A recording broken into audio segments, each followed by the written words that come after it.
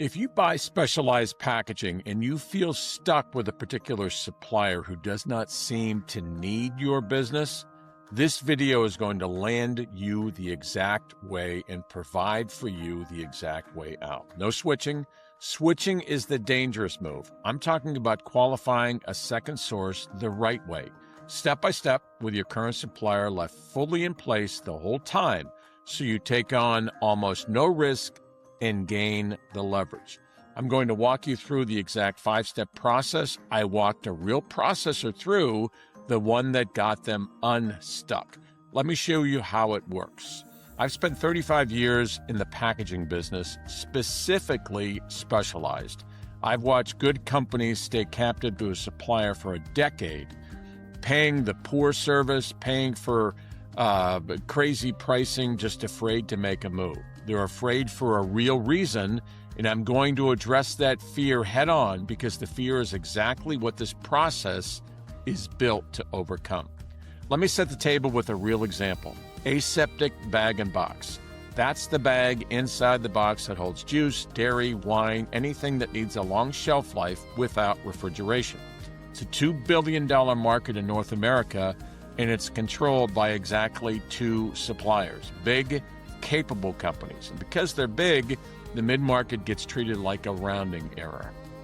I work with a Southeast dairy processor in exactly that same spot. Mid-market, real money to itself, footprint in to its giant manufacturer, lead times that stretch whenever things got tight, a service rep who took days to call back, and the constant quiet worry. If something goes wrong, I'm at the back of the line. And if you buy any kind of specialized packaging, you know this feeling.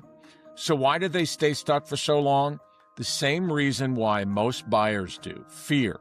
In specialized packaging, a failure is not small. In aseptic, a bag swells or a seal leaks or the barrier lets oxygen in and you have spoiled product, maybe a recall, and a filling line down at the worst possible moment. The incumbent knows that fear and is the strongest lock that's the strongest lock they have. If you keep paying for bad service because the devil you know feels safer than the one you don't, so you do nothing, and doing nothing exactly what they're counting on. So here's the distinction that changes everything, and almost nobody explains it. There is a difference between switching and qualifying. Switching means you rip out your current supplier and bet your whole line on a new one for a single move, usually chasing a lower price. That's the expensive mistake. That is the one that gets people burned. And honestly, the incumbents are counting on you being too smart for that, which is why they assume you will never move at all. Qualifying is the opposite. You bring a second source up to a proven, line-ready status while your current supplier stays exactly where it is, carrying your volume as a safety net. You're not firing anyone. You're not making an announcement. You're earning a choice. And a choice by itself is leverage long before you move a single truckload. So how do you actually do it? Here is the 5-step process. Step 1, spec and sample match. Get the new supplier's real production samples, not a rendering, not a glossy marketing sample, not a handmade prototype. And confirm 3 things match what your line actually needs: the film structure, the barrier, and in this case, the fitment. Get the full spec sheet in writing.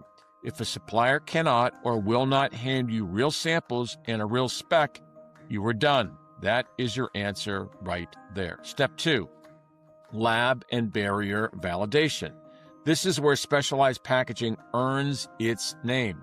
You validate the barrier performance for your specific product, because a film that is perfect for juice is not automatically okay for dairy. In this case, confirm it holds what you require for the shelf life, and in this particular case, for the processing, and aseptic for that 6 to 12 months shelf life.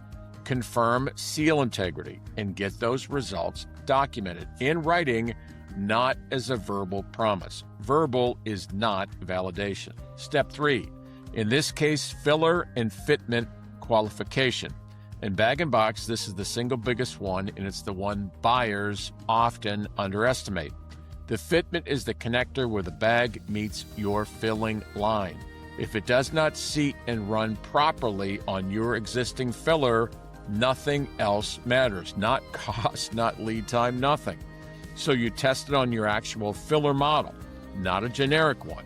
You confirm the connector type matches. You confirm the supplier has either run or your filler brand before and will stand with you through this qualification. Whatever your specialized packaging is, there is an equivalent of that fitment. The one technical point where it has to physically fit the operation. Find it and have them prove it. Step 4, the parallel run. This is a step that removes the fear.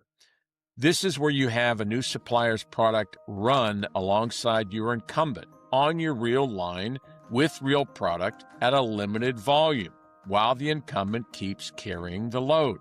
You document everything, fill speed, seal performance, leak rate, etc. And you hold the finished product through its full shelf life window and inspect it. And you watch one more thing. Who picks up the phone when you have a question during the trial, because service is the product. At no point in a parallel run is your business exposed. The incumbent is right there the whole time. The risk you were so afraid of never actually shows up. Step 5, phased volume transfer. Even after the new source proves itself, you don't flip the switch. You move volume in stages. You set clear performance targets for each stage. You confirm lead times hold as the volume grows. And you confirm complete shipments at scale. And here is the key. You keep your original supplier as a qualified second source even now. You never give up leverage, the leverage you just built. So what happened with the dairy processor? 2 things. And the first one surprised them. The incumbent got better. The moment that processor had a real qualified alternative, the lead times tightened, the phone started getting answered. Nothing focuses a supplier like a customer who is no longer captive. They had leverage before they ever moved a pound of volume. And the new source delivered the thing the giant would not, responsiveness. Short runs without a fight, complete shipments, and a real human who cared and answered. They stopped being a rounding error and started becoming a priority. It was never about price. It was about being treated like the business that they are. And a word on who this is for. It works for the buyer and decision maker who is tired of poor service, willing to run a disciplined qualification, and patient enough to do it right instead of just fast.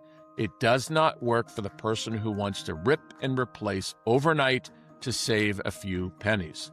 That person gets burned, and that person is the reason the whole market is afraid to move at all. Qualify first. Don't switch. The whole game depends on you believing you have no choice, but you do. A disciplined qualification run by your incumbent left in place takes the fear out of the move and puts the leverage back in your hands.